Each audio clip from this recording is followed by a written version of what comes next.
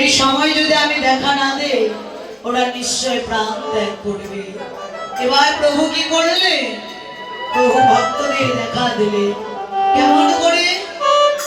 এক মনোহর বেশ ধরি তরু মহলে গৌর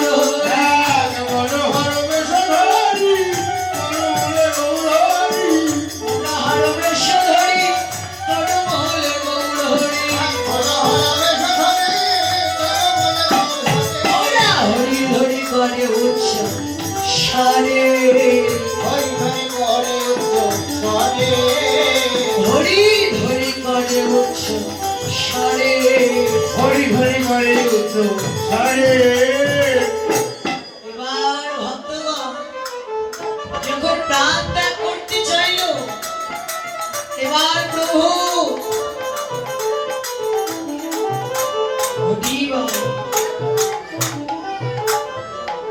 প্রভু কৃপা করে ওদের দর্শন দিল।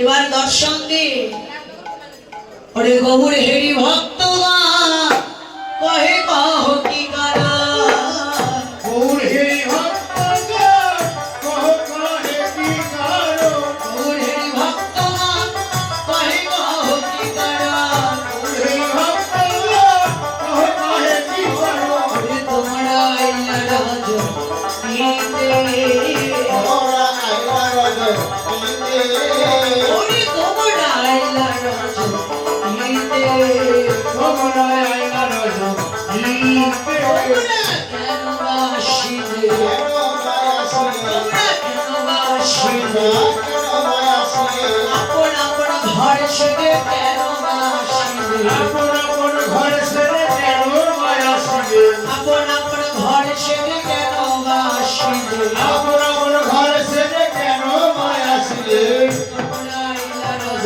নিতে তোমরা আইলা রাজ নিতে প্রভু বললেন ভক্তগণ তোমরা কেন এসেছো? বললেন প্রভু তুমি তো আমাদের ডেকে এনেছো, তাই তো আমরা এসেছি। দেখো প্রভু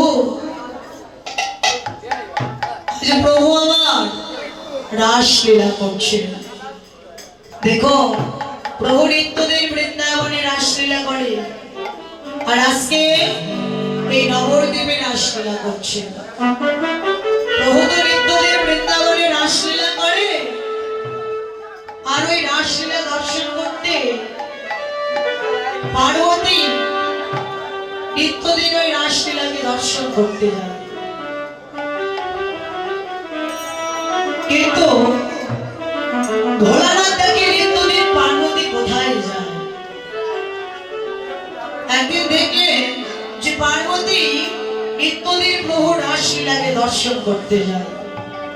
ভোলানাথ চিন্তা করলেন যে আজকে আমি যাব রাসলীলাকে দর্শন করতে। ভোলানাথ কি করলেন? এবার নারী সাজলেন, একটি শাড়ি পরে মাথায় বড় একটা ঘোমটা দিয়ে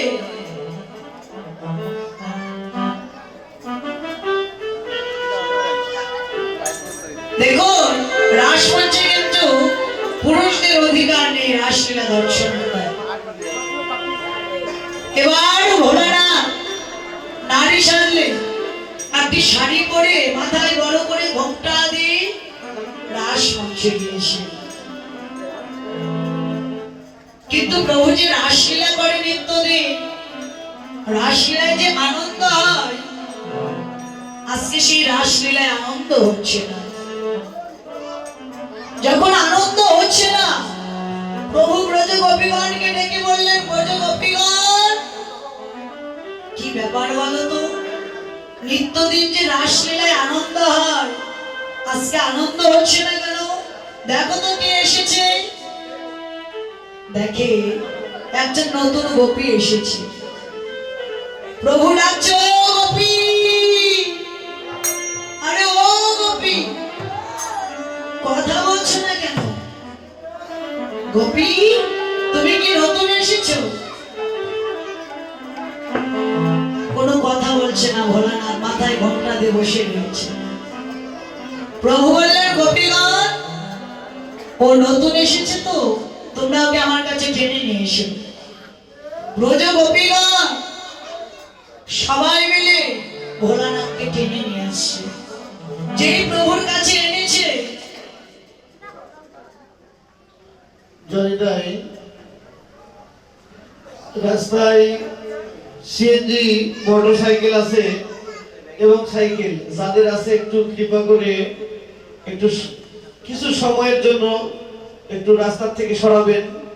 অন্তর মহন্তের গাড়িটা যাবে সেই জন্য।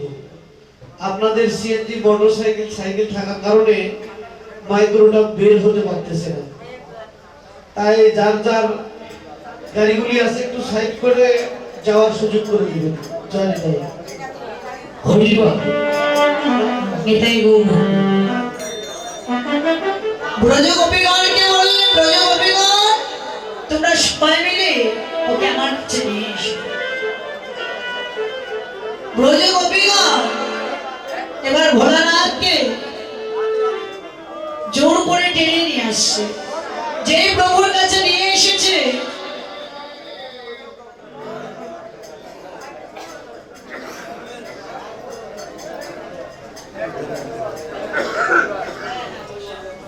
যারা এবার কি করলে, যেই টেনে নিয়ে এসেছে প্রভু মাথার ঘোমটাটা যেই খুলেছে দেখে ভোলানাথ। ভোলানাথ তুমি এখানে কেন? বললেন প্রভু আমি রাসলীলা দর্শন করতে এসেছি। বললেন তুমি জানো না পুরুষদের রাসলীলা কখনো দর্শন হবে না, আর তুমি আজকে এই রাসলীলা কখনোই দর্শন করতে পারবে না। কেন প্রভু? আমি আজকে রাসলীলা দর্শন করব, তবে এখান থেকে যাব। ভোলানাথ তুমি রাসলীলা দর্শন করতে পারবে না, তবে শোনো রাসলীলা যখন দর্শন করবে তবে আজকে নয়, আগত কলিযুগে আমি হব শ্রী চৈতন্য, আর সেই দিন তুমি হবে অদ্বৈত। সেই দিন প্রতিটি জীবের ঘরে ঘরে এই মহারাস লীলা হবে, এই হরিনাম সংকীর্তন। সেই দিন তুমি এই রাসলীলাকে দর্শন করবে। নিতাই গৌর হরিবল। এই সেই রাসলীলা প্রভু এই কলিতে মহা হরিনাম কৃষ্ণ নাম এই রাসলীলা প্রভু করছে। জয় রাধে।